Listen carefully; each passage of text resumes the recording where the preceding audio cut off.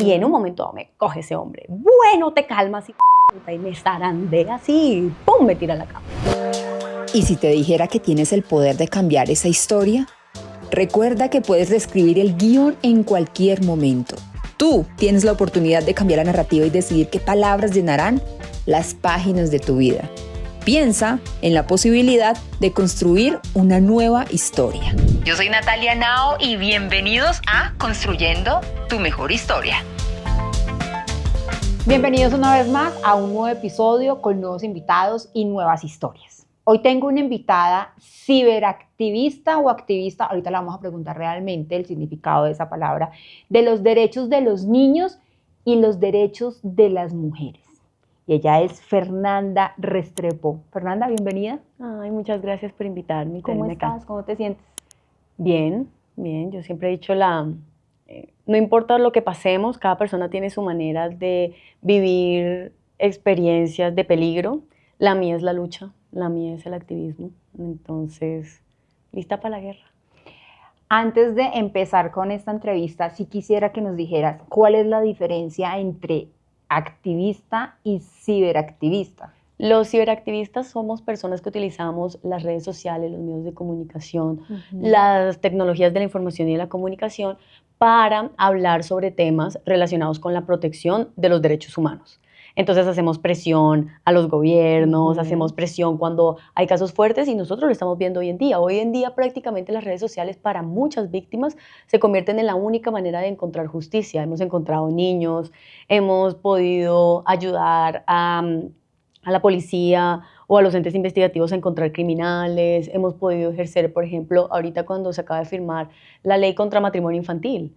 Entonces esa ley, nada, no la querían, estaban de 43 en el debate, o sea, no lo iban a debatir y que las niñas se siguieran casando legalmente en Colombia y gracias a las redes sociales logramos, por ejemplo, que lo debatieran y que pasara la ley. Entonces, de eso se trata el ciberactivismo. Ok, perfecto. Entonces, esa es la diferencia. Esa es la diferencia. Yo puedo ser ciberactivista. Todos podemos ser ciberactivistas, eso es muy importante. Obviamente, siempre es valioso, si vas a hacer un proceso de activismo, aprender acerca de los peligros, porque obviamente no es un secreto para nadie que no es fácil ni es el trabajo más seguro del mundo, pero sí vale la pena educar. Pues yo también me dedico a enseñar a las personas cómo pueden criar a sus hijos sin violencia y cómo podemos prevenir abuso sexual contra los niños. Fer, de Valledupar, 35 años y 2 chiquis. 2 hijas.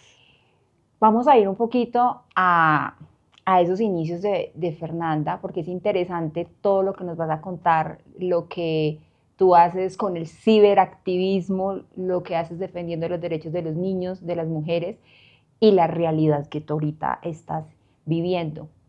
Naces en Valledupar, ¿en qué momento llegas a Bogotá? Cuéntanos un poquito de esos inicios, esa historia para que la gente te conozca más. Bueno, es chistoso porque mi querida madre me parió en Bogotá, pero de ahí me llevó realmente no a Valledupar, sino a un pueblo que queda a 40 minutos de Valledupar, hermoso, que se llama Codazzi, y casi que toda mi vida me crió entre Codazzi y Bogotá porque mi papá es del interior y mi mamá es costeña.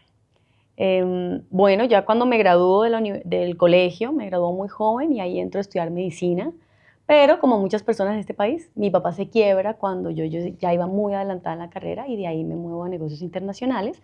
En ese cambiar entre medicina y negocios internacionales conozco al que hoy es mi ex marido y me caso con él a los 24 años. Te casas a los 24 años, llegas a Bogotá. No, llego a Barranquilla porque él es de Barranquilla. Él es de Barranquilla. Es heredero de la cadena de restaurantes más grande que tiene la costa Caribe, que se llama El Punto Múltiple del Sabor. Cuando yo lo conocí, era el road manager de J Balvin. Entonces, cuando nos casamos, nos vamos a vivir a Barranquilla y allá duré 7 años de casada viviendo con él y 2 años más después de que me divorcié. Cuando tú lo conoces, me imagino que tu vida, tu infancia y tu adolescencia era tranquila, feliz, rodeada de amor, de respeto. Conoces a tu ex marido, ¿cómo fue ese principio de tu relación? O sea, tú ya empezabas a hacer ciberactivismo, ¿cierto? Empezabas tú a prepararte para todo lo que estás haciendo ahorita, que es enseñar, educar a mamás y a niños. ¿Cómo fue ese inicio de relación con tu expareja? Bueno, desde el inicio había maltrato psicológico. Él, por ejemplo, cuando yo estaba hablando con él y pasaba 20 minutos de hablar con él, yo le decía, pero tú me estás escuchando. No, tú hablas como una cotorra, tú pareces una cotorra. Yo hace rato que no te estoy escuchando, estoy aquí jugando Xbox y no te estoy hablando. O se molestaba si yo me ponía a llorar, no podía llorar para discutir con él. Y yo comencé a preguntar a las personas a mi alrededor porque a mí esto no me parecía normal. Era el primer novio que yo tenía en mi vida que me ¿Cuánto llevaba. ahí? Cuando él te decía, hablas como No, una meses, cotorra. o sea, estábamos recién saliendo, llevábamos como 2, 3 meses. Pero este hombre me llevaba 10 años y, y yo era como una niña muy protegida en mi casa, que no salía mucho, que no me dejaba mucho tener novios y la cosa. Y este hombre, como muchos agresores, se muestra perfecto, recto y ético delante de todo el mundo. Y yo soy ciberactivista y tengo un carácter de activista. Entonces era que yo era la loca, yo pedía ayuda. Yo le preguntaba a todas las personas que conocía, obviamente en ese momento, y es una realidad que tenemos, ¿no? Las personas no saben sobre violencia psicológica. Es muy fácil entender cuando a una mujer le pegan, pero cuando a una mujer la violentan psicológicamente tenemos mucho de esto normalizado. Y entonces empieza ese juego del balance, ¿no? De los pros y los contras. No, pero ese hombre cómo te trata como una reina, pero mira cómo te quiere, pero es que tú eres una loca exagerada, es que tú tienes un carácter muy fuerte, es que te vas a quedar solterona si siempre sigues pensando así. Y en ese momento en mi entorno no existía la cultura de la terapia psicológica. Entonces yo solamente tenía como a mi familia, amigos, fui a muchas iglesias inclusive, o sea, yo le pregunté a todas las personas que conocía y que en ese momento yo tenía los recursos, yo tenía 21 años cuando eso. Yo empecé mi proceso de hacer ciberactivismo cuando me casé, o sea, después de casada, antes de que me golpeara por primera vez, ya yo había empezado como este proceso. Pero vamos por partes, Fer. Tú lo conoces a tus 24 años. A los 21. A los 21. Empiezas a identificar esa primera bandera roja que fue, tú hablas mucho como una cotorra y tú lo normalizaste, pese a que empezaste a preguntarle a tus amistades, lo normalizaste. Sí. ¿Continuaste tu relación? Continué. Él era lindo contigo. Sí, es un balance y aquí me gustaría como, pues si me lo permites explicar algo que se llama el ciclo de la violencia, porque eso es lo que hace que muchas de nosotras terminemos así, ¿no? Todo ciclo de la violencia empieza, tienes un momento donde te agreden psicológicamente, físicamente, sexualmente, económicamente, como sea, y luego viene una fase de arrepentimiento, ¿no? Que es cuando tú le dices al tipo, mira lo que me hiciste, y me dice, no, te perdono, te traen las flores, no sé qué. Luego viene otra fase de luna de miel, que es como, ya nos arreglamos, entonces ahora te tratan súper lindo. Luego viene una fase de acumulación de la tensión, que es cuando empezamos a darnos cuenta como que empiezan otra vez las discusiones, hasta que esa tensión aumenta tanto que volvemos a llegar a la agresión. Entonces, estos ciclos pueden demorar días, semanas o años, o sea, envolver, puede que te peguen. A mí, yo me acuerdo que a mí me golpeó 3 veces y de una a la otra, de la primera vez que me golpeó a la segunda pasaron 4 años, de la segunda vez que me golpeó a la tercera pasaron 3 años. Entonces, ¿qué pasa? Que mira lo que nos dicen a las mujeres, pros y contras, pero 3 de las 4 partes del ciclo de la violencia son amor. Entonces siempre va a dar contra la víctima, siempre el pro y contra va a dar arrepentimiento, luna de miel y acumulación de tensión. ¿Sí me entiendes? Y luego, entonces va a pasar mucho tiempo, es la misma persona que te cuida. Yo siempre hago esta analogía diciendo, yo era como el perrito.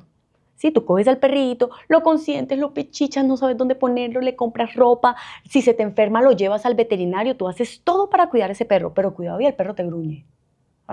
Y tú le haces, ¿qué pasó? ¿Cómo así? Y donde te gruña o medio te muerda, si le tienes que dar con el periódico le das o lo regalas o miras a ver qué haces porque el perro está agresivo y el perro tú le vas a dar todo siempre y cuando el perrito sea lindo contigo. Claro, ese era mi caso, siempre que yo era sumisa, yo podía pelear. Si el perro le gruña a otra persona, tú dices, es que es bravo. Pero si te gruña a ti, ahí tú lo paras. Era igual. Si yo podía discutir con quien sea, me podía molestar con quien sea, podía hacer lo que sea, pero con él yo tenía que ser sumisa, no podía llorar, no podía pelear, no podía hacer, o sea, tenía que ser lo que él quisiera que yo fuera, porque si no lo que iba a recibir era violencia psicológica, inclusive llegaba a decirme, ahora que te pones a pelear conmigo, entonces ahora no vamos a tener sexo. Me castigaba con las relaciones sexuales, hasta que finalmente embarazada llegamos al primer golpe. Entonces, tú lo conoces a los 21, digamos que normalizaste esas banderitas rojas, te casas a los 24, quedas embarazada a los 25 y ahí fue el primer golpe que te dio embarazada? Embarazada de 7 meses con una barriga, sí. Que gracias a Dios caí sentada y no de barriga. Y de hecho yo tuve un desprendimiento en mi embarazo. ¿Y cuál fue el motivo? Porque es que no debería existir un motivo. No, o sea, no eso debería es muy ser así, es exactamente. increíble. O sea, señores hombres, si su esposa a usted le pega, lo coge con un cuchillo y lo amenaza, usted se va a la policía. Y usted denuncia a su esposa, usted no le pega. Porque es que siempre nos dicen, ¿qué pasa? ¿Qué tuviste que haber hecho? Entonces, ok, no estamos normalizando Y no debería que ser debe así. haber violencia de ningún lado. O sea, ni la mujer tiene por qué estarle pegando a un hombre, y eso sí quiero decirlo claramente. Yo detesto abiertamente todos estos videos de tendencias en redes sociales que está el hombre pasando y ve a otra mujer y la mujer lo coge y lo jala del pelo o le mete una cachetada. ¿Cuántas veces hemos visto en las novelas? ¿No? Normal que la mujer le pegue una cachetada, eso no es normal. La violencia no es normal de ningún lado.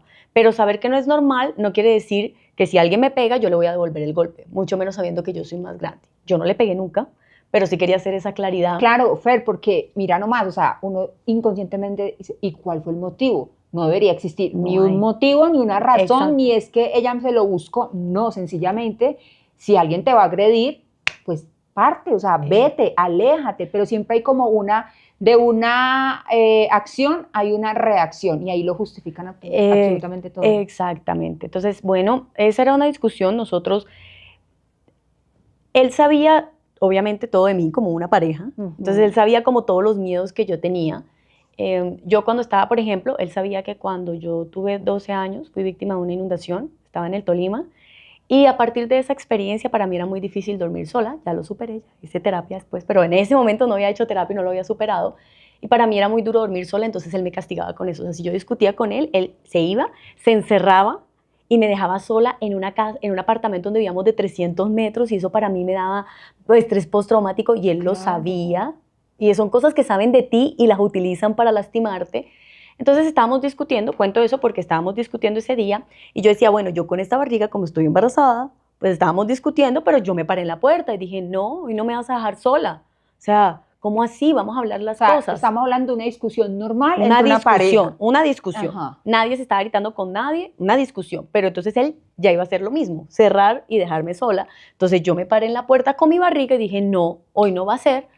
Ese hombre mide 2 metros, yo mido 1,68, pesa 120 kilos y yo estaba embarazada. Me coge con esa mano de gorila que tiene y me coge aquí del brazo, del hombro, y con toda me tira y yo caigo sentada. Así, me tiró con toda, cierra la puerta y hasta el sol de hoy nunca me ha preguntado si estoy bien, nunca. Al otro día se despertaba como si nada. O sea, ¿te dejó encerrada? No, me dejó ahí tirada en el piso de un pasillo, y él se encerró. Me empujó con toda su fuerza, me dejó tirada, yo caí, gracias a Dios, imagínate esa fuerza de ese hombre, yo caí al otro lado lejos, caí sentada. Si yo hubiera caído de barriga, probablemente hubiera perdido a mi primera hija. De hecho, yo tuve un desprendimiento. Y eso fue hace 10 años. Eso fue hace 9 años, sí, 10 años, sí. Y ahí yo quedé sentada en shock, porque ese fue mi primer momento de decir, esto sí es real, o sea, yo no estoy loca, porque hasta ese momento no había habido agresiones físicas y todo el mundo me había normalizado las psicológicas. Entonces yo decía, ok, esto es real. Yo producía en ese momento $100 al mes, y yo decía, no, yo voy a trabajar, o sea, inmediatamente, mi manera, todas las personas tenemos un sistema de supervivencia, lucha, huida, parálisis. Entonces hay personas que huyen, hay personas que se quedan paralizadas, hay personas que luchan. La mía es la lucha. Entonces yo siempre digo, bueno, ¿qué vamos a hacer? O sea, yo me acuerdo de estar ahí sentadita con mi barriga, llorando, en shock, y diciendo, ok, tengo que trabajar, tengo que ver cómo hago para tener independencia económica, porque si esto me vuelve a pasar, pues entonces yo me tengo que ir. O sea, yo ahorita mismo no me puedo ir.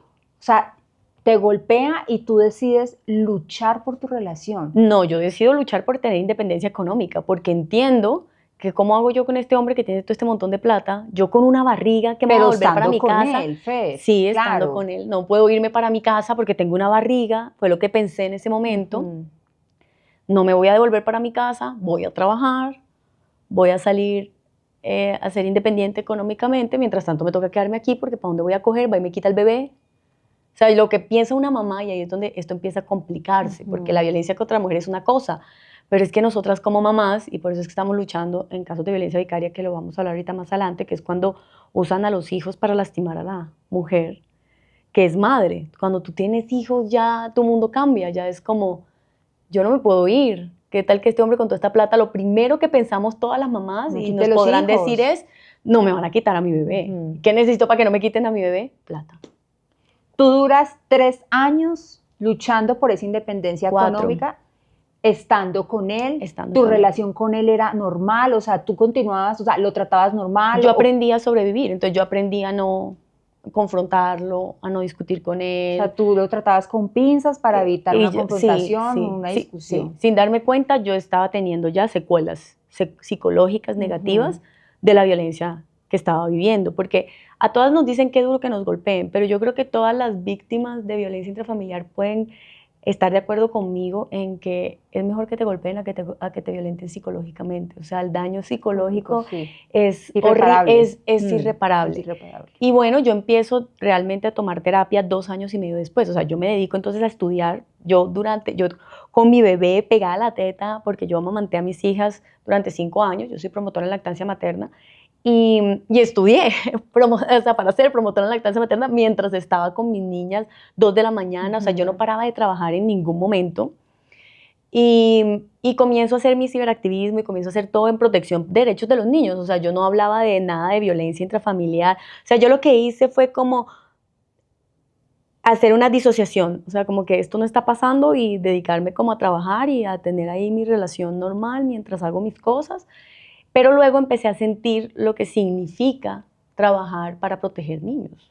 Significa que a mí me llegan los casos de las madres, los casos de los niños que viven abuso sexual, los casos de los niños que viven abuso psicológico, físico, más la carga que implica, porque maternar es explotador para la mayoría de las mamás, y yo comienzo a sentir esa presión psicológica de mi trabajo, así que empiezo a buscar una psicóloga.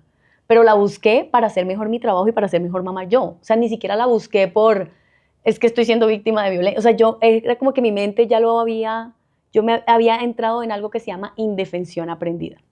Es el término que es como el elefante que tú le pones desde bebecito en un palito de madera, y el elefante y bebecito intenta quitarse y luego crece y tú lo sigues amarrando al mismo palito, y ya el elefante, a pesar de tener la fuerza para irse, no se va, porque entra en un estado de indefensión aprendida. ¿En ese estado estabas tú? Yo estaba en ese estado. Y cuando tengo mi primera terapia entonces psicológica, claro, me dicen, ¿cuál es el motivo de consulta? Mira, mi trabajo, ciberactivismo, no sé qué, mis hijas, entonces, ¿cómo hago para que no me permee esto a mi maternidad? Y empieza a preguntarme la psicóloga por, obviamente, la red de apoyo, tus amigos, así como tú empiezas a preguntar, oye, tus amigos, y tu esposo, y ella rápidamente se da cuenta que yo no hablo de mi esposo. Pero, ¿y tu esposo? Sí, no, él tiene ya su vida, pero bueno, hablemos de esto. No, pero ¿y él cómo te apoya?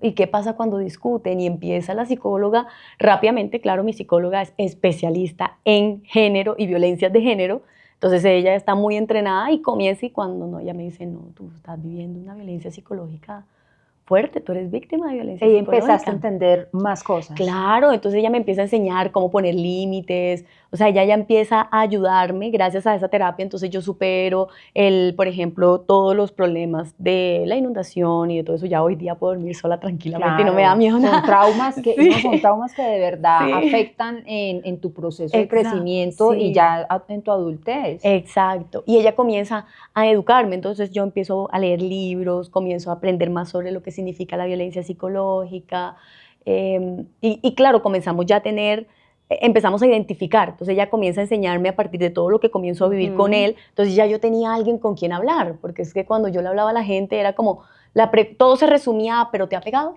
Y como no me ha pegado, claro, entonces no importaba. No pasa nada. Exactamente, en cambio ya aquí la terapia es tan importante por eso, pero la terapia es un privilegio de clase. Y es algo que me gustaría que hablemos, porque es que volvemos a lo mismo. Yo he tenido muchos privilegios y aún así he sido víctima de violencia. Me gustaría que pensáramos qué pasa con las mujeres que no los tienen. Que no tiene dinero para pagar un psicólogo.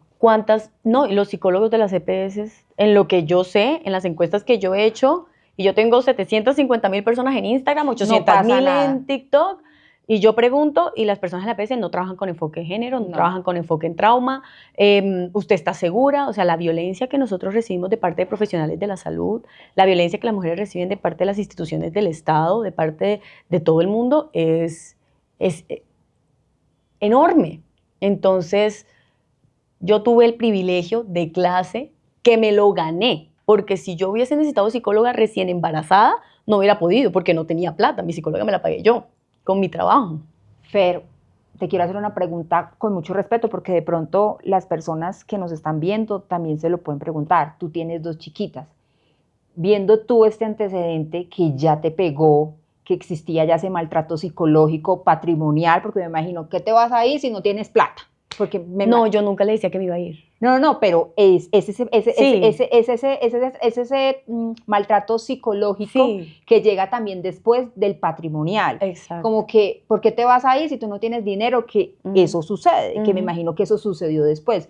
¿Cómo decides tú, después de todas estas banderas rojas, antecedentes, ya un maltrato físico, tener una segunda hija? Bebé. Deseada con todo mi corazón. Deseada. Yo tuve a mi hija porque es mi decisión de ser mamá. Es mi decisión de... Toda mi vida yo soñé, me caso y tengo 2 hijas. Y tengo 2 hijas que se lleven 3 años. O sea, yo tuve a mi hija porque yo quería tener una segunda hija, pero para cuando yo tuve mi segunda hija, ya habían pasado 3 años. Yo ya era independiente económicamente. O sea, yo tuve a mi segunda hija sabiendo que yo podía responder por ella si me divorciaba de este señor. O sea, mientras yo no tuve independencia económica, yo decía, bueno, yo quiero tener otra hija, pero... Si no puedo, no la tengo porque, obviamente, pues yo trabajando en crianza, pero en ese momento yo sabía que podía y yo quería. O sea, fue mi decisión, no tuvo nada que ver con él, conmigo. Lo hablamos, inclusive. Él quería otra hija y yo quería otra hija. Fue una decisión de cocrianza, más no de pareja romántica. Así como hay personas que deciden nunca casarse y adoptar, como hay mujeres que deciden congelar sus óvulos y embarazarse con un donante porque no quieren, pues esa fue mi decisión. De ser mamá, y mi hija fue muy deseada, y si volviera a pasar lo mismo, lo volviera a hacer y volviera a tener 2 hijas. No, sí, lo entiendo perfectamente, pero te digo que te lo pregunto con mucho respeto porque es bueno explicarle esto a mujeres que de pronto están pasando por la misma situación que tú viviste. Él como papá es excelente papá para que tú tomaras la decisión de decir, hey, independiente de lo que está pasando, hasta ese momento. Hasta ese momento era un buen papá. Y tú decides de una manera madura decir, ok, vamos a tener otro hijo porque es mi decisión, quiero otro hijo y lo quiero contigo. Sí, e inclusive para mí él era un buen papá, hasta inclusive cuando me divorcié, que en mi contrato de divorcio yo acepté tener una custodia compartida. Y para mí era tan buen papá que yo me quedé 2 años, después de que la última vez que ese hombre me pegó y me divorcié de él, me quedé 2 años enteros en la ciudad de Barranquilla, sin amigos, sin familia, sin capacidad de crecer profesionalmente ni personalmente, para que mis hijas pudieran estar con esa persona que yo creía que era un buen papá. Tú tienes tu segunda chiquita y ahí él vuelve y te agrede físicamente. Sí. Entonces la segunda vez que me agrede físicamente fue antes del cumpleaños número 4 de mi hija mayor. Okay. Entonces ahí, o sea, la primera vez fue embarazada de mi hija mayor y la segunda vez fue antes del cumpleaños número 4 por una discusión. Es que él no tiene autocontrol. Lo que pasa es que él no me golpeó más veces porque yo fui inteligente de no pelear con él. Eso es lo que nos toca hacer a las víctimas, aprender, entrar en hipervigilancia. Si no podemos irnos porque para la gente es muy fácil decir, pero ¿por qué no te vas? Entonces, bueno, páguenos por favor, páguenos los abogados, páguenos la manutención del niño. Lo que pasa con la sociedad, ya me había pegado y yo fui a todas las iglesias. Yo creo en Dios, no tengo ninguna religión, pero yo fui a iglesias católicas, cristianas, testigos de Jehová, a todo lado, hablé con todas las personas de mi familia, mi misma familia, y ellos lo saben, hoy en día ya conocen mucho de esto, pero inclusive en esa época mi mamá todavía me preguntaba, pero si él te pide perdón, ¿vuelves? La mamá de él fue la primera persona a la que yo llamé cuando me golpeó la última vez. No lo vayas a dejar, mira, espérate. Entonces, todas nosotras tenemos una presión social. Es que aquí no solamente podemos hablar del agresor, necesitamos hablar del Estado, que es el segundo agresor, porque no hace nada por protegernos. En mi caso, yo denuncié, esto pasó en el 2021 y estamos en el 2025, y el Estado colombiano no ha hecho absolutamente nada, yo teniendo videos, pruebas, todo. Pero además de eso, tenemos un tercero, que es la sociedad. Nuestro entorno no acepta que una mujer ose dejar a un hombre por violentarla. Porque primero nos dicen, nos normalizan la violencia psicológica. Entonces nos dicen, pero no te ha pegado. Como quien dice, si te pega, te vamos a dar permiso como sociedad de irte. Pero luego te pega. Y si no te rompió un hueso, entonces todavía no. Y si no te dejó un morado en la cara, todavía no. Y todavía vemos mujeres todas llenas de sangre y las vemos denunciando públicamente, todavía no. Y todavía no, y todavía no. Y nunca va a ser suficiente hasta que estamos muertas. Y eso es bueno que tú lo digas, Fer, porque el común denominador de los seres humanos, me incluyo, somos personas que nos sentamos en la barrera a juzgar. Y lo primero que uno dice, ¿cierto? Una persona que no ha pasado por este tipo de situaciones es, ¿y por qué no lo dejó? Se hubiera ido en el primer momento en que le agredió, que le pegó. Pero también hay un proceso que es muy interno de cada persona, es muy individual y es, no me voy porque hay un tema económico, porque también hay unos temores, porque hay un hijo de por medio. Pero tú estabas en ese proceso porque tú sabías que iba a pasar el día que tú lo ibas a dejar. Sí. Te pega la segunda vez con tu segunda chiquita, ahí sientes tú. Ahí pedí el divorcio. Ya tengo que ya irme. cuando, sí, no, o sea, ya ¿Qué yo... fue el video que se hizo viral? No, esa fue la tercera vez. ¿Esa fue la tercera vez? Sí, esa fue la tercera vez.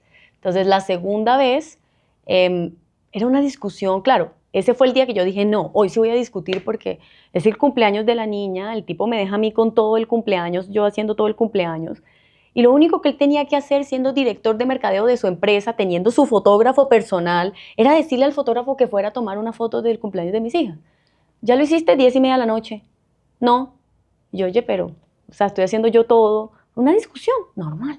Y ese hombre viene y se pone los audífonos para no escucharme. Es que era violento, es violento psicológicamente. Eso es una violencia fuerte. Él es así, no me hable. O sea, yo pasé por todas las fases. Yo pasé por las fases de la violencia que él más me hacía, se llama gaslighting, que es cuando te dicen que lo que tú has vivido, lo que tú has experimentado, no te ha pasado. Entonces yo le decía, tú me dijiste tal cosa en una discusión, yo nunca te dije eso. Entonces yo ya opté por discutir por WhatsApp. Para pero mira evidencias. Que aquí está escrito que sí. tú me lo hiciste. Ay, Fernanda, no vengas con tus pendejadas, yo no te voy a andar escuchando. Así lo tuviera por escrito. No, así. Con contrato de divorcio y todo. Aquí dice, no, y no dice nada. O sea, es así. Entonces y esa es una violencia que es muy fuerte, porque inclusive tú, lo peor que tiene el gaslighting es, te empiezas a preguntar, ¿de verdad estoy loca? Te lo empezabas a creer. Pues no, porque yo tenía psicóloga. Pero era difícil pega, no empezar a creer. Te pega, sí. ¿Verdad? Y sobre todo que tienes además el ciclo de la violencia, volvemos a lo mismo. Ajá. No es como que todo el tiempo te estén violentando, es que te violenta y luego él, y era tan fuerte la violencia psicológica que luego me decía como, vamos a suponer, discutió conmigo y al otro día, hola baby, ¿cómo estás? Buenos días. Así.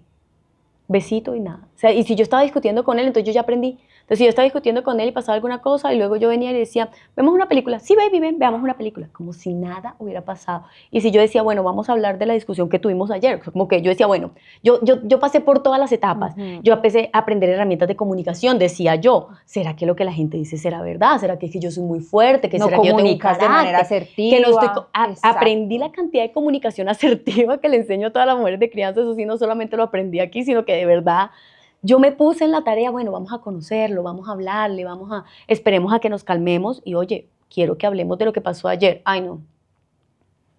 Y se iba. O sea, no me permitía, no me daba permiso de llorar. El momento donde a mí se me salieron una lágrima, ese hombre se paraba y se iba. Pero qué fuerte uno de mujer decir, no me daba permiso de llorar. Así lo sentía yo. O sea, ni puedo permitirme yo sentir porque la otra persona le va a parecer mal, entonces me va a agredir. Yo tuve que reaprender en terapia a llorar.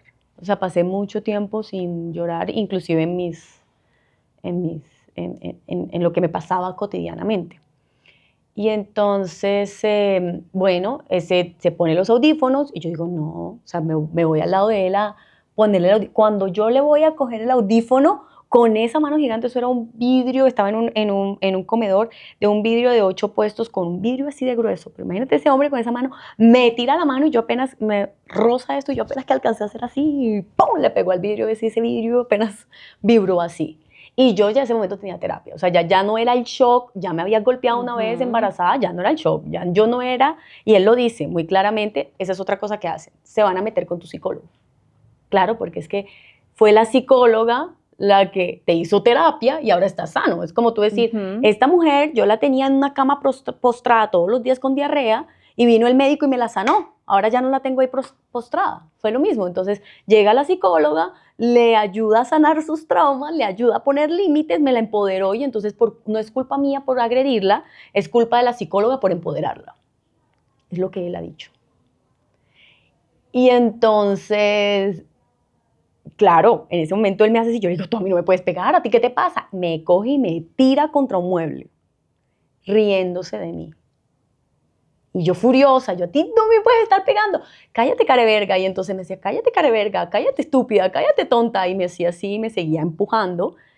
Y ahí yo lloré, le escribí a la psicóloga, me fui, o sea, yo obviamente un hombre tan grande como, o sea, volvemos a lo mismo, mi primer impulso siempre es como, ¿qué pasa? Pero luego ya uno rápidamente se da cuenta que la diferencia de fuerza, yo subo, lloro, al otro día tuve el cumpleaños de mi hija, entonces mira lo que nos toca hacer, cuando somos mamás, nos toca vivir la violencia, pero apenas llegan nuestros hijos para protegerlos, actúa normal. Actúa como si nada estuviera pasando y eso es una violencia psicológica muy fuerte para nosotras. Porque obviamente yo hacía todo lo posible porque mis hijas no presenciaran actos de violencia. Ninguna de las veces que él me pegó, mis hijas estuvieron ahí presentes. Y la única vez que él intentó como... Obviamente él tenía estos... Yo creo que mis hijas estaban muy pequeñas y estuvieran más grandes, pues tenía estas otras formas más sutiles de violencia psicológica que los niños no deben presenciar, pero esas fuertes discusiones yo no permitía que las tuviéramos delante de las niñas. Entonces... Las niñas estaban dormidas, listo, tuvieron su cumpleaños, yo le pedí una cita en un lugar público. Claro. Y le pedí el divorcio. Ese día me dijo, tú a mí no me vas a quitar a mis hijas, yo ni siquiera estaba hablando de quitar hijas, pero yo dije, no, yo me voy a mudar, no me mudé, mi familia vive en Bogotá, mi trabajo, yo soy ciberactivista. Seguían en Barranquilla. Pública. Sí, o sea, vivían en Barranquilla. No tenía ningún sentido que yo me quedara en Barranquilla. Pues yo como persona, ¿por qué me voy a quedar en una ciudad donde no? Bueno, sin embargo, yo no, mira, me voy a mudar a otro apartamento para que tú puedas ver a las niñas pues cuando tú quieras. Pero yo me voy, o sea, divorcio fue. Me fui, pero no me dejó irme en el sentido de que no todos te van a coger y te van a amenazar. Ven, yo te ayudo a mudarte, ven, yo, entonces me decía, por ejemplo, oye, pero ¿yo dónde voy a vivir? Y yo, ¿ves? O sea, empezamos a tener esa dicotomía en cómo te tratan, ¿no? Y entonces era como, pero ¿yo dónde voy a vivir? Es gaslighting, o sea, es como, ¿cómo así? Si yo dije que yo me iba... Bueno, entonces empezó que te voy a ayudar, que te ayudo con los muebles, que te ayudo con no sé qué, y a meterse en la casa, y a meterse en la casa, y a meter... Entonces un día cualquiera me decía, mira, bueno, ¿y entonces qué hay que hacer? Y yo, no, pues, esa fue la única vez que me dijo, pues, ¿qué hacemos? Y yo, tú tienes un problema psicológico, ve a terapia. Yo en esa época todavía no sabía todo lo que yo hoy sé, o sea, yo te digo, mujer, no hagas lo que yo hice, o sea, no sigas mi ejemplo. Pero yo lo que pensaba en ese momento era, bueno, yo quiero que mis hijas sepan que la mamá hizo todo lo que podía haber hecho. Aparte que tú querías tener una buena relación con él por el bienestar de tus hijas. Sí. Y volvemos a lo mismo, la crianza es un acto político.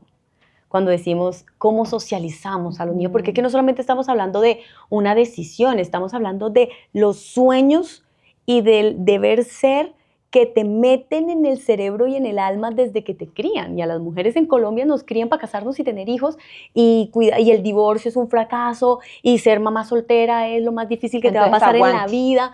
Entonces, y tú te enamoras de la idea del amor, y te meten todas las películas de haditas y de muñequitos. O sea, todo lo hace para que, o sea, no solamente está la sociedad, el Estado y ellos, sino que la crianza internamente, cuando nosotros no le enseñamos a las niñas y a los niños lo que es el amor incondicional sin golpe, porque es que cuando nosotros criamos a los niños con golpes, ya les estamos enseñando a normalizar esto. Es que la persona que más te ama, dependiendo de lo que tú hagas, puede llegar a lastimarte y no pasa nada.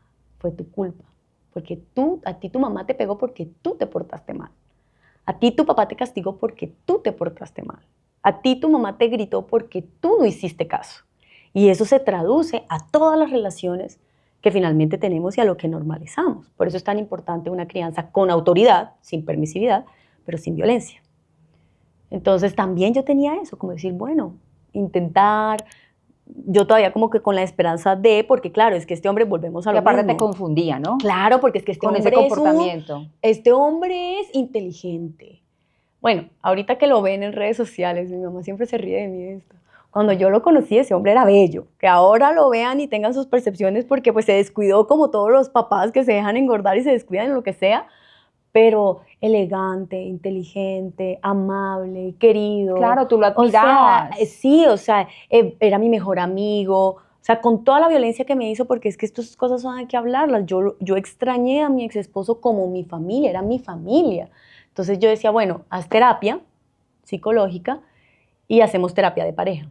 2 terapias de pareja, quedamos encerrados en la pandemia. Y me quedo yo encerrada en la cuarentena, en mi apartamento con ese hombre. Que O sea, ahí fue él se cuando estaba quedando ese día cuando anuncian en televisión que todo el mundo encerrado. ya estabas tú, aparte, en otra casa, y ahí sí sucede lo del video viral. Ahí sí sucede lo del video viral. Entonces pasa todo el tiempo de pandemia. Durante ese tiempo yo caigo en depresión, ya diagnosticada. Porque claro, dejó de ir a terapia, dejamos hacer de terapia de pareja, empieza todo el estrés de la pandemia, más la violencia psicológica, y yo entro en estado como de no está pasando nada, no está pasando nada, no está pasando nada, y me disocio, y entonces eso hace que en las terapias yo no, o sea, yo entré en hipervigilancia y terminé en depresión. Y cuando le dije, tengo depresión, eso te lo estás inventando tú, es una excusa tuya, así me decía. Y yo, no necesito de ti, sino que le pares bolas a las niñas cuando yo no pueda, porque la depresión es una enfermedad de salud mental que cuando inicia, así como es igual que a ninguna mamá nunca le han dicho que por tener una diarrea no puede cuidar a sus hijos, porque con una depresión sí. Es otra enfermedad que afecta a otro órgano de tu cuerpo que, como la mayoría de las enfermedades, te postra a veces en una cama. O sea, necesitas descansar, necesitas recolectar energía, se hace difícil despertarse, se hace difícil mientras estás. ¿Cómo lo curas? Con tratamiento, con alimentación, a veces con medicación, igual que te tomas un Dolex. O sea, esto es muy importante porque a muchas mujeres actualmente les quieren quitar a sus hijos por ellas terminar con secuelas. O sea, el hombre las violenta, ellas terminan con las secuelas de que te violenten y entonces ahora es que ella no puede criar a sus hijos porque entonces tiene un problema de salud mental. Y entonces tenemos el estigma de que muchas mujeres que son víctimas de violencia no están yendo a buscar ayuda psicológica ni terapéutica por miedo a que haya una historia clínica que diga que tienen un problema de depresión o de ansiedad y que el tipo, que ya lo hacen, y en este momento estamos precisamente ayudando, después te contaremos de lo que estamos haciendo, pero precisamente en este momento estamos ayudando a una víctima que le está pasando eso, le quieren quitar a los hijos y el argumento es que ella tiene depresión cuando ella ha sido muy juiciosa cuidándolo. Entonces tenemos que desestigmatizar esto, porque es que a mí no me pueden quitar a mis hijos. O sea, entonces el tipo me da un golpe y entonces yo tengo que usar un yeso. Y entonces me van a quitar a mis hijos por el yeso, es lo mismo. O sea, me violenta psicológicamente, yo termino con una secuela y me van a quitar los hijos a mí, cuando es que el que generó la secuela fue él. Y si la secuela la generó en mí, la probabilidad de que la pueda generar en otras personas a su alrededor, incluidos los hijos, es muy alta. Y si yo me estoy cuidando y yo estoy yendo a terapia, estoy demostrando que yo soy una mamá garante. Estoy demostrando que me cuida, que me importa tanto mi salud y el bienestar mío, porque entiendo que eso significa cuidar a un niño que me estoy cuidando. Entonces yo terminé en depresión, fui a donde la psicóloga, hice todo lo que tenía que hacer, pero definitivamente lo único que me pudo curar fue que él se fuera. O sea, hubo como un momento donde ya se empezaron a disminuir como las restricciones de salida, y pude salir un momento. Él no fue, fui como a una cabaña de una familia de él y me empecé a sentir mejor. Entonces lo llamé, le dije, vete. Fueron los mejores meses de mi vida cuando ese hombre no estuvo. Luego volvió y ya pasó este momento donde uno podía ir a vacunarse a otros países. O sea, que la vacuna del COVID comenzó a llegar. Y claro, este hombre con todo el dinero que tiene, el papá dueño de toda esa cadena de restaurantes, pero el señor ya estaba pues mayor. Entonces este hombre de la nada un día me llama y me dice, nos vamos para Nueva York a ponernos la vacuna. Yo nunca me había separado de mis hijas. ¿Qué significa irse para Nueva York? Significa que tienes que ir yo no sé cuántas semanas, eran como te ponían la vacuna y luego te dejé quedarte 3 semanas más. Y siempre la pandemia, yo no me había separado de mis niñas, nunca desde que las había tenido en la barriga. Yo soy súper mamá de que yo las amamanté, yo les hice todo, yo soy mamá gallina, sí. Y yo no me siento cómoda con eso, yo no me voy a separar de mis hijas. Y me coacciona psicológicamente, usa a mis hijas en mi contra, ¿no? Si a las niñas les llega a pasar algo, o sea, ¿cómo es posible? Es tu culpa, porque si tú teniendo el dinero y teniendo la posibilidad para irte a vacunar y como mamá de las niñas decides no irte a vacunar y te llegas a enfermar y a las niñas les llega a pasar algo, tú entonces vas a asumir esa responsabilidad. Y con esa coacción psicológica, pues yo dije, Claro, me voy. bueno, está bien, me voy. Dejé a mis hijas, mis hijas se quedaron con mis papás en otra ciudad y nos fuimos para Nueva York con el papá y con una novia que tenía. Hemos regresado con COVID. Regresamos enfermos de COVID. Entonces ustedes ven en el video que yo tengo una vía endovenosa. Eso te Y iba que a estaba preguntar. nos dio el COVID con toda, pero con toda, con toda. A partir de eso, el papá termina en UCI y posteriormente se muere debido a esa ida. Y luego de eso, entonces, bueno, tenía el papá en la UCI, pero era una época donde te metían en la UCI, era la época donde estaba en la UCI y no dejaban entrar a nadie. Era la época en donde te morías y no te dejaban enterrar a los muertos. O sea, te los metían en una bolsa y los metían a cremar y tú ni siquiera sabías si tu familiar ¿Era ese o no, porque no te lo dejaban ver. Mientras tanto, entonces yo todo el tiempo que tuve que estar en Nueva York, más todo el tiempo que tuve que esperar los síntomas, y luego que te pasan los síntomas, tenías que esperar otros días más para poder hablar con las personas. Exacto. Entonces yo en ese tiempo ya yo me estaba sintiendo estresadísima porque mis hijas ya se estaban enfermando, porque les hacía falta la mamá y el papá, ellas nunca se han separado de mí.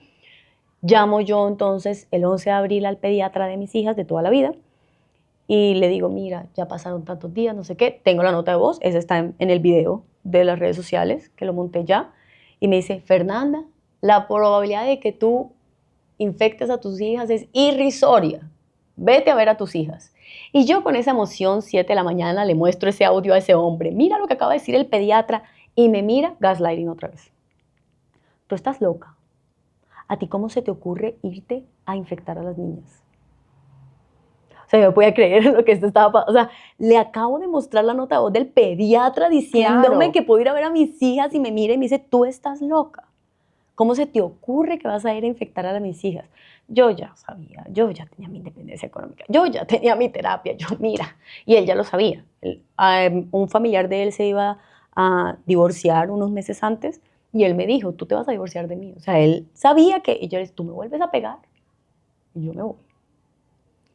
Y por eso creo que esa vez fue la vez que me golpeó más duro, porque él ya sabía, o sea, ya él dijo, esta vieja ya me avisó que fue cuando te pegó las palmadas, fue cuando me pegó el video, y tú decides hacer público ese episodio. Ni siquiera en ese momento lo decidí hacer público. Yo apenas lo hice público en agosto del año pasado y eso pasó en el 2021. Porque yo no soy como él. Yo lo hice porque a mí me obligaron unos jueces a hacerlo. Yo ni siquiera lo iba a hacer público. Pero si te fuiste en ese momento, o sea, en ese momento sí tomaste la decisión de Sí, yo me fui a hacer mi maleta y ese hombre se me fue a pelear y entonces empezó a decirme, mira que tú a mí no me, ay sí es verdad que se me salió el mamá. A mí tú no me vas a decir que yo no voy a ver a mis hijas, tú me coaccionaste, yo tengo COVID porque tú me coaccionaste y me hiciste ir para Nueva York y termino yo con COVID. O sea, me ponen a ir a hacer allá shopping y no sé qué, y a salir para todo lado porque la novia de tu papá quiere ir allá a estar saliendo y mamando gallo en la Quinta Avenida y no quiere estar dejando, y entonces termina ella enferma, me enferma a mí. O sea, yo no tengo nada que ver aquí con esto. Mejor dicho, eso yo le decía a ese hombre hasta que mal se iba a morir, sin decirle groserías, y en un momento me coge ese hombre, bueno, te calmas, hijo de puta, y me zarandea así, y pum, me tira a la cama. Y engancha a pegarme así, a darme palmadas en los brazos, muy inteligente, porque no me pegó en la cara. Y empieza a darme palmadas y yo sentía como él, como intentaba, él estaba a 7:30 de la mañana, o sea, no tenía él no tomaba, él no mete droga, nada. O sea, él estaba consciente de lo que estaba haciendo, él me estaba disciplinando. Ya, como tú coger a un niño de la crianza tradicional, a los que los crían de forma violenta, y decir, venga para acá que te voy a dar una nalgada. Y me seguía dando, y yo me paraba y volví, me cogía del cuello y volví, me ponía en la cama y volvía y me daba, hasta que ya yo empecé a sentir el dolor. Y ahí fue cuando yo me quedé quieta y me grabé los golpes, que son los que están en el video, que yo digo, me acaba de pegar, y se ven todos los brazos así, todos rojos de todos los golpes que me había dado. Me acaba de pegar.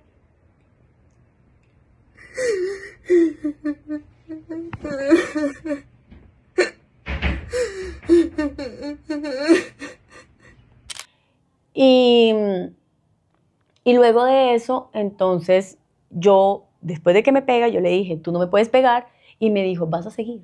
Mira, Fernanda, si yo te tengo que seguir pegando para que tú te calmes, te voy a seguir pegando. Entonces yo me quedé callada porque tampoco soy boba y mátame pues.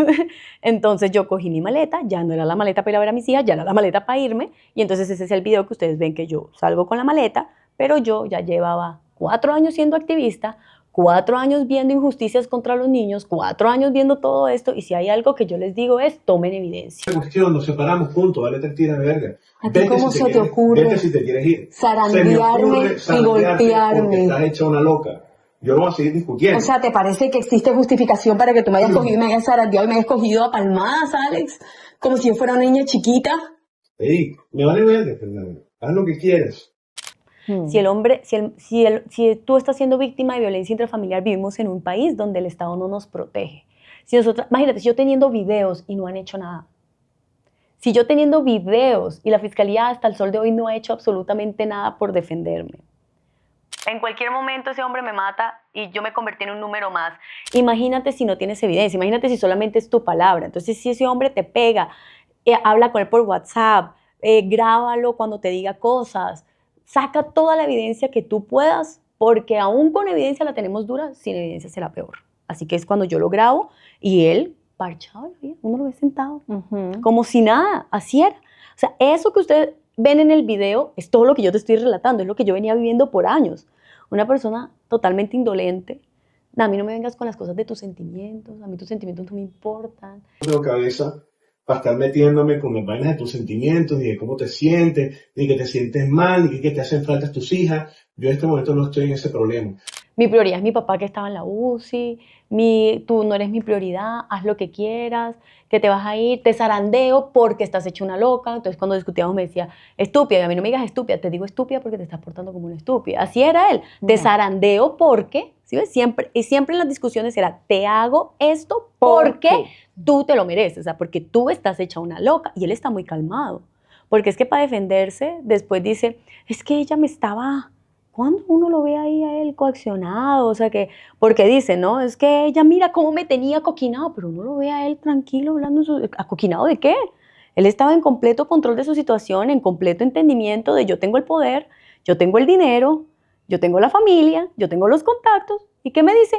Tráeme el abogado. Ahí está el video, tíramelo, haz lo que quieras. Vete para la mierda, lárgate, vete. Y ahí tomas la decisión, guardas el video porque no lo querías exponer, me imagino que por tus Yo lo hijas. tomé por evidencia para la denuncia. Para la denuncia, pero más no para hacerlo público en redes sociales. No, por mis hijas. Por tus hijas. Exacto, porque mi historia es la historia de mis hijas. Claro. Pasas ese proceso, te independizas, comienzas una vida, crees que el proceso va a ser tranquilo porque querías lo mejor para tus hijas en cuanto al tema de relación papá-mamá, ¿cierto? Normal, separados, pero nos llevamos bien. En agosto del año pasado, ¿por qué tomas la decisión de exponer ese video que se vuelve viral y ya contar todo con pelos y señales de lo que pasó, de quién es él y todo lo que has hecho? Durante el tiempo que estuve viviendo en la ciudad de Barranquilla, hubo varias vulneraciones de los derechos de mis hijas por parte de él y de su familia. No podemos hablar de eso porque los niños gozan de protección, es decir, todo lo que tenga que ver con delitos relacionados contra los niños tiene confidencialidad. Y eso es importante aclararlo porque nosotras no podemos convertirnos en ellos, nosotros no podemos llegar a lastimar a nuestros hijos en el afán de defendernos de ellos. Puedo decir que hubo unas vulneraciones y todas están debidamente denunciadas, expuestas, con pruebas ante los entes competentes. Entonces, cuando yo comienzo a denunciar, obviamente yo primero intento hablar, siempre intento primero conciliar, mira, esto está pasando, yo soy experta en crianza, yo sé que hay un tema de crianza tradicional, pero lo que yo pueda ayudar, hagamos las cosas diferentes. No, aquí no ha pasado nada, el mismo gaslighting, aquí no ha pasado nada, aquí no, bueno, esta vez no va a ser así, entonces vamos a presentar los entes. Cuando esto comenzaba a pasar, entonces él dejaba de ver a mis hijas. Entonces, pues ya yo empecé a ver en Barranquilla que yo estaba sola, terminaba yo en una clínica sola, por ejemplo, si me enfermaba. Y yo allá en la clínica sola y mis hijas siendo cuidadas por una niñera. Cuando allá ellas teniendo allá... O sea, yo pensaba, yo decía, oye, pero en Barranquilla, bueno, mis hijas tienen al papá, tienen una familia, porque ellos son muchísimas personas allá. Yo decía, bueno, siempre van a estar acompañadas. Quizás inclusive por mucha más gente, porque yo también tengo una familia muy grande. Yo decía, esto es inaudito, porque entonces si yo me enfermo, Para esa gracia estoy en Bogotá, porque entonces por lo menos si yo me enfermo, mis niñas, y ha pasado, yo me he enfermado y aquí en Bogotá, mi papi, mi mamá van donde mis niñas y las consienten, y ¿quién las cuida a ellas si la mamá está enferma? Sus abuelitos, que les dan paz, que les dan tranquilidad y no una niñera que normalmente las niñeras se quedan solas con los niños y les ponen una tablet o lo que sea y no son su familia. Yo decía, esto no tiene sentido. Luego él comenzó a utilizar las niñas para no dejarme trabajar. Entonces, por ejemplo, a mí me invitan mucho el Estado, porque yo fui asesora de la ley contra castigo físico de tratos humillantes y degrantes, todavía estaba casada con él en el 2021 cuando esa ley pasó la ley, yo estaba en Nueva York. O sea, cuando la ley la firmaron, ese momento yo estaba en Nueva York, en lo de la vacuna, y estaba con él. Y obviamente me llamaron, pero entonces recuerdo tanto en mi cabeza que recibí una invitación de la Casa de Nariño, y yo le decía, mira, esto es lo que significa para mí, para mi trabajo, no te las puedo cuidar. Y entonces, ¿qué pasa? Que a mí me daba miedo. Yo decía, si yo me voy y dejo, por ejemplo, a las niñas, en ese momento mis papás estaban viajando, yo decía, si yo me voy y dejo a las niñas con la niñera, él seguramente va a denunciar al ICBF que yo las abandoné porque ya ha pasado y está documentado. No en mi caso, sino en otros casos donde yo he tenido víctimas que son pediatras, por ejemplo, y han tenido que ir a turnos o que las han contratado y han tenido que ir a otro municipio, y en lo que se van al otro municipio viene el hombre y les hace una denuncia falsa al ICBF de abandono y llega al ICBF y se lleva a los niños. Y yo decía, a mí no me va a pasar eso. Entonces yo decía, empezó a truncar mi vida, empezó a mandarme mensajes diciéndome, yo sé dónde estás, yo sé dónde estás viajando, yo supe que tú estabas en Medellín, en tal evento, de tal cosa, yo sé que tú estás así. Y cuando tenía conversaciones conmigo, siempre que podía aprovechaba para que yo supiera que él sabía todo lo que yo hacía. Me entregó el carro, lo único que quedó de nuestro matrimonio, porque es chistoso. A mí me encanta cuando, primero, nosotras tenemos el derecho, usted como víctima de violencia intrafamiliar, y como si usted se divorcia, pues usted tiene derecho. Si usted no firmó capitulaciones, a lo que tenga la otra persona. Si usted fue víctima de violencia intrafamiliar, usted tiene derecho a que la indemnicen, así como uno tiene derecho a que le arreglen la ventana o le arreglen el carro, porque eso es algo que nos critican mucho las mujeres de violencia intrafamiliar, es que lo hace por plata. Y ese no fue mi excepción. En mi caso, que yo soy bien atravesada y bastante, que me aguanté 4 años para ser independiente económicamente, yo le firmé su contrato, no quiero alimentos entre cónyuges. Toma tu vaina firmada, no necesito tu plata. ¿Ya? Pero no quiere decir porque yo lo haya hecho que ustedes no lo vayan a hacer. Ustedes háganlo, por favor, cojan la plata. Y entonces, este hombre siempre me estaba diciendo, y lo único que quedó fue un carro, que dijimos, dejemos el carro, un carro del 2017, o sea, ni siquiera un carro, pues. Y cojámoslo para que las niñas se movilicen. Y lo dejamos en el contrato así, o sea, ni siquiera fue que el carro me lo dieron a mí, sino para movilizar a las niñas. Me monto, él me entrega el carro un tiempo después, no me lo entrega enseguida, y empieza a sonarme el celular, el iPhone, pip, pip, pip, pip, pip, pip, pip, pip, pip, pip. Hay un AirTag, hay un AirTag, hay un AirTag. Siempre que me montaba el carro, pip, pip, pip, entonces yo ponía, claro, tenía un GPS, tenía un AirTag metido dentro de la espuma del asiento del conductor. Para seguirte el rastro. Presuntamente. Yo puedo decir los hechos. Los hechos son, yo tenía el carro antes de divorciarme. Él se quedó con el carro como 1 mes y pico. Mentira, 2 meses que yo duré, porque yo me fui para donde mis papás, donde estaban las niñas. Nunca fue, cuando nos divorciamos, nunca fue a ver a las niñas ni un solo día, recién divorciado durante los 2 meses y pico que estuve allá. Luego regresé y él me entrega el carro. Cuando él me entrega el carro, me empieza a sonar el mismo celular que siempre yo había tenido por muchos años. Y había un AirTag. Y yo me demoré 3 días, primero revisando todo el carro, hasta que decido abrir. Claro, yo escuchaba, ya llegó un punto donde ya logramos localizar que el sonido venía dentro de... Abrimos y dentro de la espuma había un AirTag, que llevé a la fiscalía y no hicieron nada. Ni indagaron, ni investigaron, ni nada. Entonces yo, claro, este hombre también, cuando yo recuerdo tanto que cuando estaba casada con él, le activó el mail, al papá lo tenía geolocalizado. O sea, cuando yo le preguntaba como, oh, ¿tu papá dónde está? Que lo quiero ir a visitar. Yo sé dónde está. Y yo, ¿cómo así que tú sabes dónde está tu papá? Sí, mira, aquí sale. Y yo, ¿y tu papá sabe que tú lo estás localizando? No, él no sabe. O sea, él es así. O sea, él ya tenía con todo el mundo. Sí. Entonces, no, y sin contar las cosas cuando por allá tuvo un problema con Balvin y las cosas que me contaba. Entonces yo sí, ya todos sabíamos, o sea, que él siempre ha tenido como estas conductas de utilizar la tecnología para espiar gente y bueno, la cosa. Entonces yo decía, no, y además entonces me escribía, yo sé dónde estás, yo sé qué hiciste, y yo decía, no, ya yo me empecé a sentir hostigada. Y luego finalmente ocurrió otra vulneración de derechos de mis hijas de las que no puedo hablar, pero yo puse la denuncia y dije, no, ya esto es suficiente. Y ahí fue cuando tú... Me mudé para Bogotá. Cuando me mudo para Bogotá, ese hombre Se enloquece. Ese hombre se enloquece y me cumple una amenaza. Él ya me había amenazado.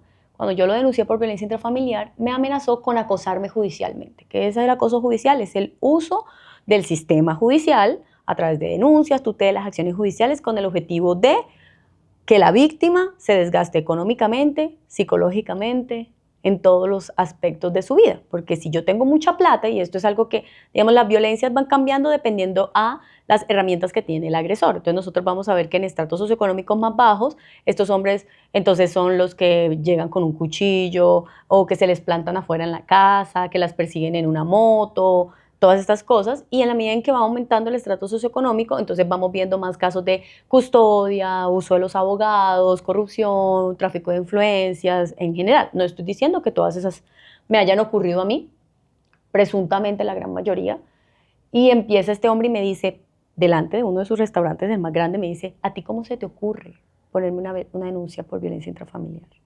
Tú sabes que lo que tú hiciste no se puede echar para atrás. Y yo, no, pues los golpes que tú me diste sí se pueden echar para atrás. Me dice, sí, tú eres consciente que yo te voy a meter una contrademanda bien perraca, y no va a ser una, van a ser muchas. Tú sí puedes económicamente con todos los abogados que te toca pagar y con todo el tiempo, porque eso se dilata y eso van a ser años. Me mudo para Bogotá y me lo cumple. Tengo más de 10 acciones judiciales en mi contra.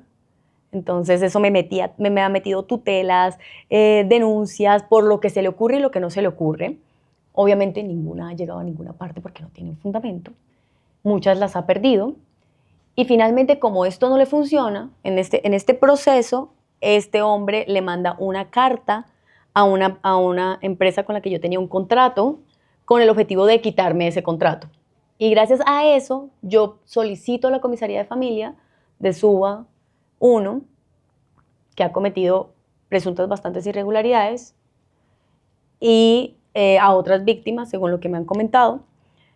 Llego allá, me dan una medida de protección definitiva por violencia económica. O sea, ni siquiera me dan la medida definitiva aquí por los hechos de violencia anterior, sino por eso. El comisario de Puerto Colombia, señor Tito Gómez, que también, si nos están viendo y han sido víctimas de presuntas irregularidades, nos escriben, me quitó la medida de protección de cuando él me golpeó. Y hasta ahora, hasta el sol de hoy, no me ha entregado ninguna información acerca de por qué lo hizo. Porque es que aquí empezamos a ver la violencia institucional, que es muy importante, ¿no? Y es cómo los funcionarios públicos hacen lo que les da la gana, no nos protegen, nos quitan medidas, no, nos ponen medidas y luego no miran a ver qué pasa con los incumplimientos. Entonces, finalmente, eso no termina en nada y nosotras terminamos muertas por ineficiencia de estos funcionarios. Entonces, me ponen la medida definitiva y luego de que me ponen la medida definitiva, exactamente las mismas cosas de la carta, o sea, todo lo que había escrito en la carta, casi que si fuera un copy-paste, sale en marzo una campaña de desprestigio, una cuenta anónima que pone todo lo que decía esa carta, idéntico, incluyendo las vulneraciones de derechos de mis hijas, incluyendo algunas de las denuncias que yo había hecho de las vulneraciones de derechos de mis hijas, que estando en investigación no es posible que sean de dominio público. O sea, si tú puedes buscar algo que ya se falló, pero no puedes tener acceso a toda la denuncia. La única persona que tenía acceso a esa información era mi exmarido. Entonces sale esta cuenta anónima y un amigo de él, que tiene como 30,000 seguidores, que presuntamente también le quitó con irregularidades a la hija, a la ex esposa, que además este es el mismo señor que fue allá a quitarle el hijo a la directora nacional de la Fundación de Violencia Vicaria en Colombia, con otro señor haciendo los mismos presuntos con los que ahora también me quieren quitar a mí a mis hijas. O sea, la gente con la que se va. Este señor monta y empieza a republicar todo lo de la cuenta anónima.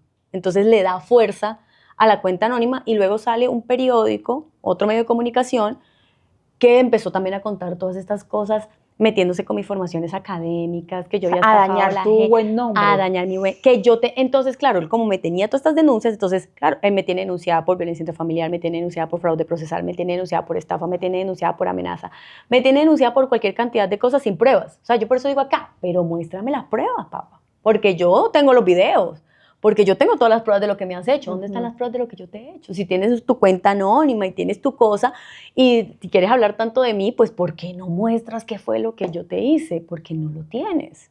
Entonces empiezan a decir, claro, ¿para qué? Para decir, esta mujer que vende talleres de crianza, mírela, tiene denuncias por violencia intrafamiliar, quién sabe qué le habrá hecho a las niñas y por ahí lo llevaron. Esta mujer, él sabiendo que yo estudié medicina y que mi papá se quebró y que luego me cambié a negocios, dice que es doctora porque en el Congreso me dicen doctora. A todo el mundo le dicen doctora en el Congreso. Sí, Es como...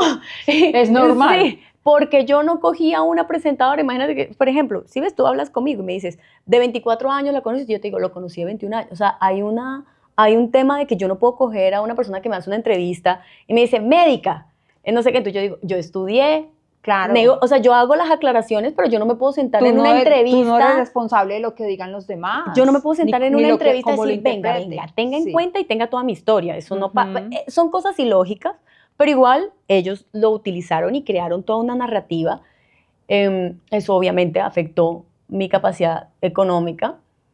Y entonces yo le pongo una tutela al amigo, porque pues, bueno, le pongo una tutela y me responden los jueces.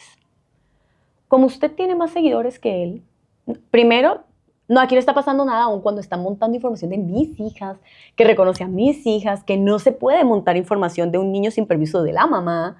Y los jueces les importó violencia institucional.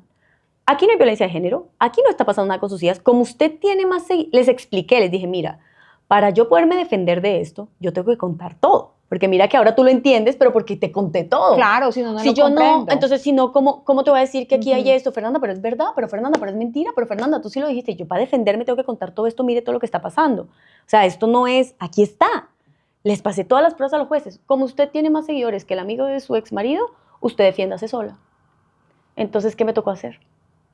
Montar la denuncia pública y contar todo, porque los jueces de este país, porque el Estado colombiano, tras de que no me defiende, tras de que llevo 4 años y la Fiscalía no hace nada, Procuraduría no hace nada, Comisarías de Familia no hace nada, comisarios de Puerto Colombia me quitan la medida, dejan a mis hijas desprotegidas el ICBF porque tampoco han hecho nada sobre ninguna de las denuncias que he puesto, pongo la tutela para decir, no quiero o sea, yo hice todo por no hacer público mi caso y el juez me dice, ¿usted tiene más seguidores? Usted responda. Fer, tú proteges obviamente la integridad de tus chiquitas y esto yo creo que lo hiciste ya en última instancia, o sea, porque ya decías, yo ya no veo otra opción, tengo que usar mis redes sociales. Al día de hoy, ¿qué pasa con él, con tu caso y con tus niñas? A día de hoy, este hombre, bueno, luego de la denuncia, vuelve a ver el acoso judicial, me pone una tutela. Y bueno, ahí ocurren algunas irregularidades, pero la tutela la gané. Cualquier persona que necesite, si tú eres mujer y tienes que saber, la denuncia pública que yo hice se llama escrache. El escrache es el derecho que tenemos las víctimas de violencia de género a denunciar públicamente, con nombre y con cara, a nuestros agresores, como una medida de justicia, porque el Estado es consciente que no nos protege. Entonces, la única forma a veces de justicia que hemos encontrado es a través de las denuncias públicas para que también el Estado nos escuche, o sea, tiene una doble vida, ¿no? Informar a la comunidad de que este hombre es un agresor, ojo, otras mujeres, informar lo que nos está pasando y ejercer una presión sobre el Estado para que nos proteja y está protegido por la Constitución. Cuando tú pongas el escrache y haces la denuncia pública, ¿qué van a hacer estos hombres? Te van a meter una tutela por el buen nombre y la honra. Es de libro. O sea, yo no soy una excepción. Esto que yo te estoy contando, vas a encontrar muchas mujeres que te van a decir, pasé por situaciones similares. Tú, si la necesitas y no tienes abogado, usted me avisa. Primero, yo le pongo abogados y segundo, yo te doy toda la jurisprudencia, porque eso estamos haciendo en este momento gracias a mi comunidad que es muy activista. Entonces, luego de eso, claro, me puso la tutela, yo se la gané, yo tengo un fallo de un juez, por eso yo puedo venir aquí a hablar, porque estoy en mi etapa de información y estoy contando lo que a mí me pasó. Y como ya vio que nada de esto le funciona, en vacaciones, en las últimas vacaciones de mis hijas, que fueron ahorita desde el 13 de diciembre, a mí también, como a la directora nacional de la Fundación de Violencia Vicaria, como a muchas otras mujeres, ya me quitó mis hijas, usando una denuncia falsa en mi contra, sin pruebas. Momento, pero él llega, te dice, quiero ver a las niñas de una manera amigable para que tú cedas, esa es la técnica. Exactamente. Tú cedes, le das a las niñas porque él dice, las quiero ver. No, porque el contrato de divorcio lo dice. Ok. El contrato de divorcio dice vacaciones de un año son con, la mitad son con mamá, la mitad son con papá. O sea, yo siguiendo mi contrato de divorcio, esto. Y tú tienes un acto de fe, confías en él, se lleva al niño de vacaciones. Y luego cuando me las tenía que volver el 23 de diciembre. Pero él me empieza a escribir, la mamá que está muy enferma, que mejor dicho, la mamá prácticamente en el correo él me dice, está tan enferma que esta va a ser la última vez que las niñas pueden pasar Navidad con ellas, apelo a tu buen corazón. Claro, entonces durante todo este tiempo me engañaron todos, porque mi hija mayor le dijo al Instituto Colombiano de Bienestar Familiar que no quería ir a esas vacaciones porque la pareja actual de mi ex marido me las maltrata psicológicamente. Y ella dijo, me lo dijo a mí, se lo dije al ICBF. Sin embargo, nos hicieron no te llevar. escucharon. No. Entonces la niña dijo, listo. Entonces, mami, 24 contigo. Por contrato de divorcio, 24 tocaba conmigo. Entonces empiezan a decirme, no, todos, entonces, mami, ¿y cómo te está tratando? Bien, mami, todos la estaban tratando súper bien, todos los días me hablaba, sí, aquí están las niñas, todos los días me las ponía, tuvieras esos correos. Por favor, apelo a tu buen corazón, apelo a tu comprensión. Sí, para confundirte y dar espacio. Y yo pues, pensando en mis hijas, vuelvo a lo mismo. Yo sé que muchas personas me dicen, Fernanda, eres boba. Yo nunca me voy a arrepentir por tener ética, por tener principios. Yo creo en Dios, yo creo en que uno tiene que ser bueno, yo creo en la familia, yo creo que si mis hijas tienen su abuela paterna y su abuela paterna está enferma y es la última vez que las va a ver, yo cómo me voy a meter en eso. O sea, es como, no tuve corazón para decir no. Digo que sí, no. El 24 de diciembre mis hijas no estaban con una abuela supuestamente enferma. Mis hijas estaban en una oficina del ICBF. ¿Cómo las lleva un 24 de diciembre, una fecha de magia que ya nosotras teníamos todo planeado, porque ya nosotras habíamos hecho hasta Santa, todo? O sea, mis hijas tenían la ilusión de la magia de la Navidad. Con mamá. Con mamá, porque tuvimos, es más, hasta yo hablé con él para hablar con mi niña.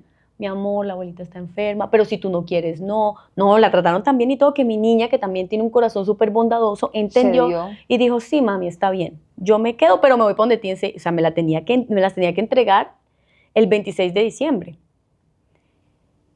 Y entonces, 24 de diciembre tenía a mis hijas en el ICBF. 21 de diciembre, cuando habló conmigo esto, ya había ido el 21 de diciembre a la fiscalía a ponerme una denuncia penal falsa.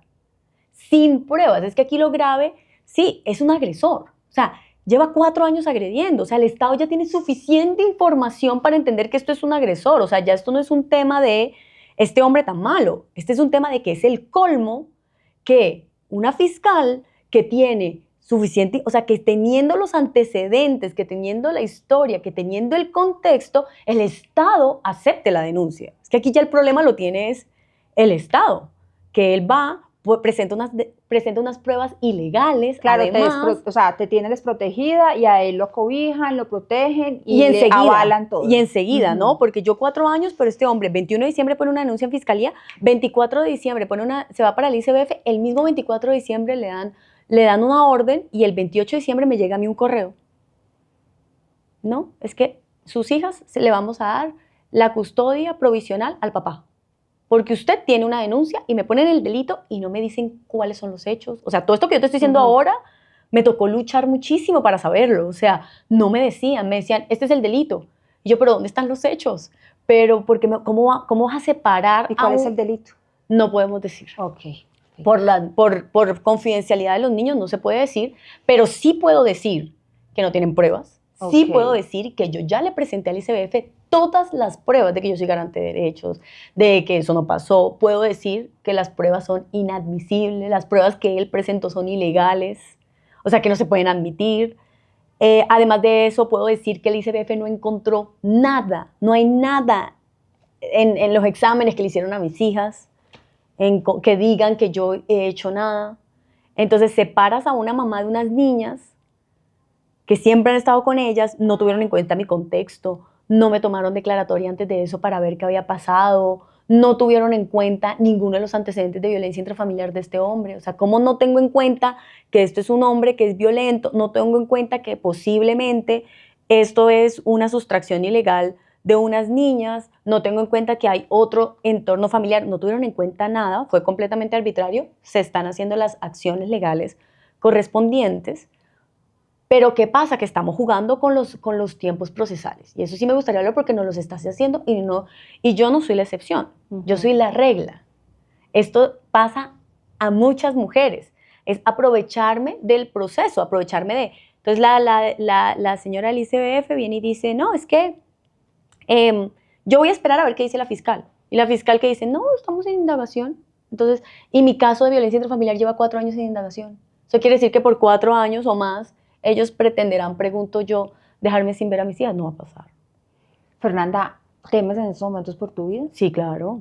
La violencia, esto que está pasando ahora, nosotros tenemos un violentómetro, tú puedes buscarlo, violentómetro, si quieres saber más como de las violencias, y él ha ido escalándolas todas. Empezamos por la violencia psicológica, y luego vamos subiendo a los golpes, La violencia vicaria es cuando utilizamos a los seres queridos, es una forma de maltrato infantil, donde los niños son vulnerados, porque mis hijas al ser separadas de mí están siendo vulneradas, y están ocurriendo otras vulneraciones en este momento de mis hijas.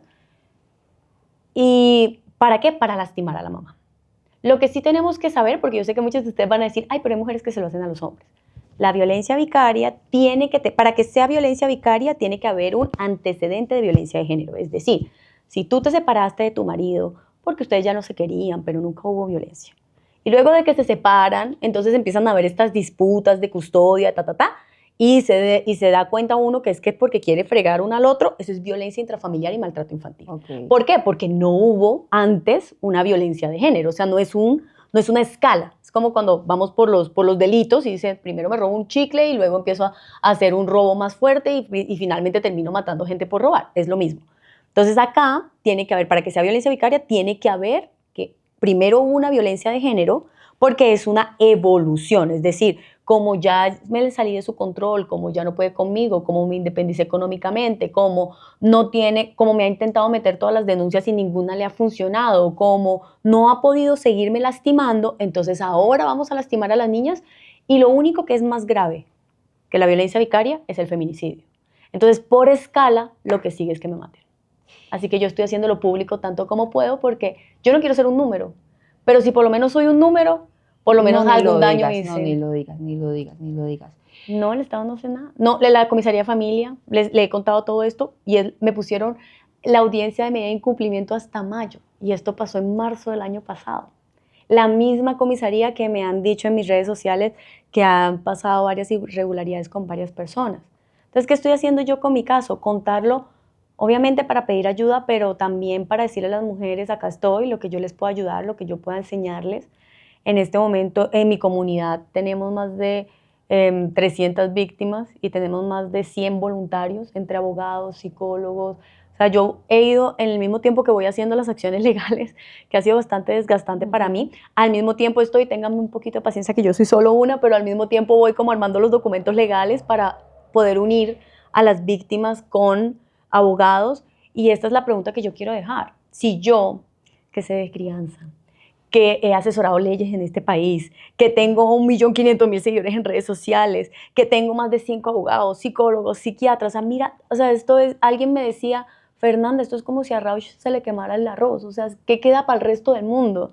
Entonces, esto más que decir, pobrecita Fernanda, mira lo que le está pasando a Fernanda, tiene que ser una alerta de riesgo para todos nosotros, debe ser algo que nos diga, estamos tan mal con la violencia institucional, el Estado nos está desprotegiendo a las víctimas de tal manera que inclusive a una mujer como yo, que tiene tantos privilegios, le puede esto. O sea, si a mí me quitan a mis hijas, ¿qué queda para el resto de las mujeres?